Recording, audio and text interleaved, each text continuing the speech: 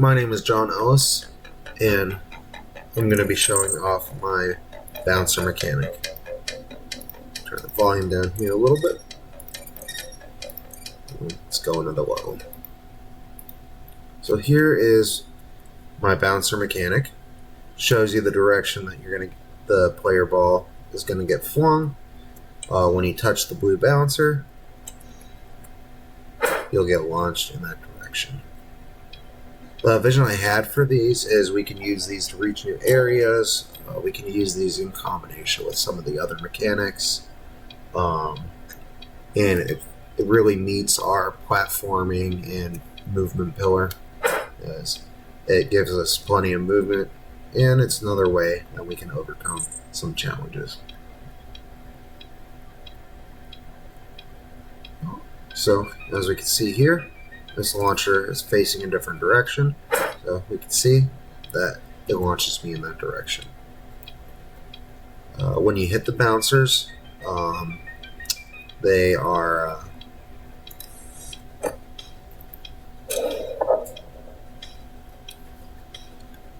as we can see, when we hit the bouncer's going to go inside of itself and smack back to its original location and make a sound sounding like a ripple effect, kind of. Let the player know that they're getting launched. So that was my introduction section.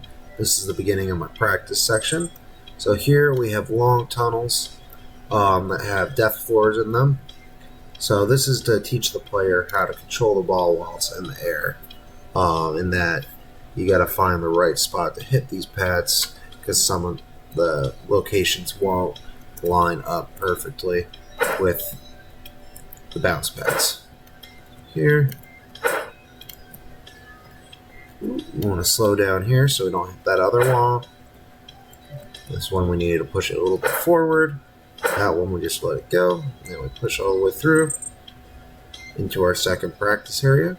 Here we give the player the grapple. So this is more along the lines of how I kind of want to use the bumpers. So here we get to combine it with a few of our different mechanics. We bounce up, bounce up, bounce up to this one, and now we can reach the other bouncer.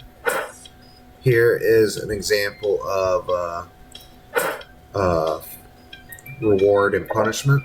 So that bouncer was pointing down, which we typically don't want to go down, because it'll send us to our deaths and restart our progress. But if we use them correctly, as let's show,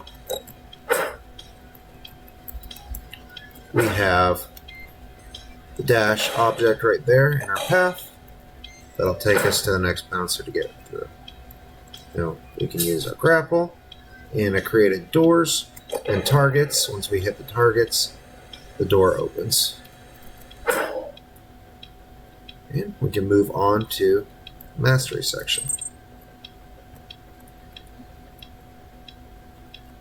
So this section is filled with a lot of different bouncers that'll line up and take our player to the next spot. It's another section of reward and punishment. Then we come to this one, and we have two different paths.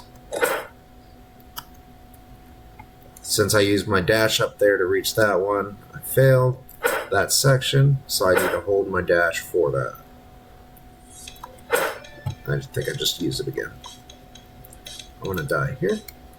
So, for player agency, to give players choice other than just bouncing and following the single path, they actually have options here. So instead of doing that whole entire first section, I can hit this one here, and I can come all the way down here and skip that whole entire section. Once you kind of learn the path, you can kind of formulate your own way. I can come all the way over to here to hit this one.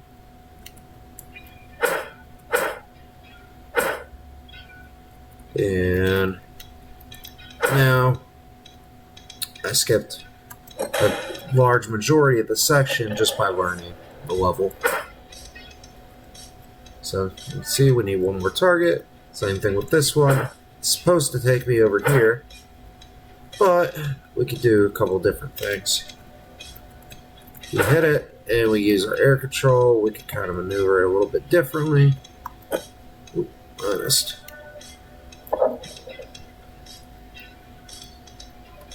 So here's what I'm going to try to do. I'll bounce off this one. I'm going to rotate back around. Try to hit this one. There we go. And this one I'm going to try to revert it. And not quite there. Let me try. There we go.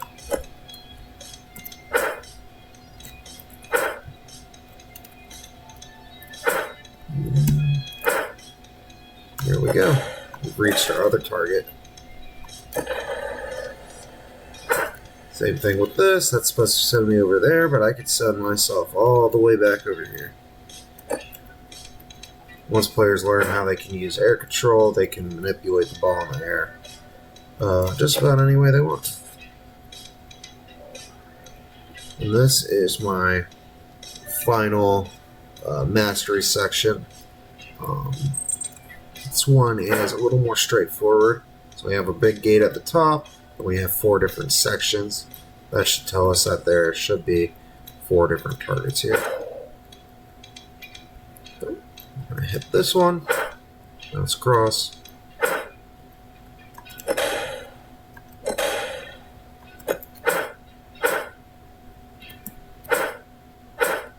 And bounce into there. Bounce into there. And we hit our first target. Now we're going to go fall and move on to our next section.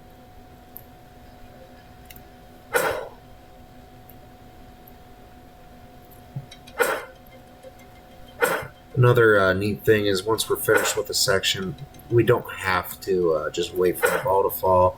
We can use our slave ability to reach the ground a little bit faster. Just got to make sure we line up with the ground or with the bumper so we don't accidentally hit the depth floors. Oh, I missed, so let me go ahead and start right there.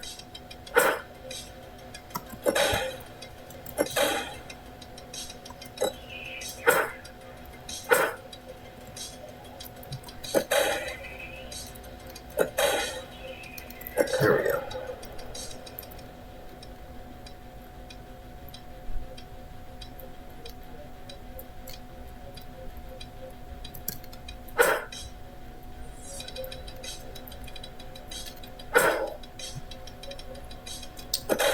So for my IPM, my introductory section just kind of teaches how the the bumpers can react to the player. Oop. Did I miss? I missed. Sorry. Oh no, I missed all the way. Alright, we'll go back to the beginning. So first section teaches how the bumpers work in its basic function. It shoots us in the direction they're looking. Second section requires the player to learn about air control. And then the other part of the practice section should teach the player that they can use this mechanic in conjunction with other mechanics.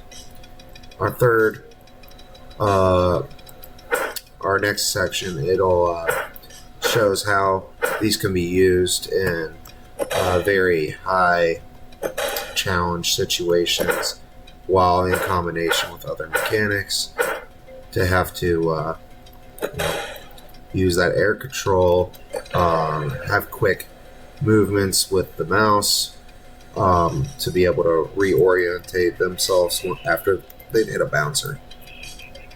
Once they've got that down, this section here should be a breeze.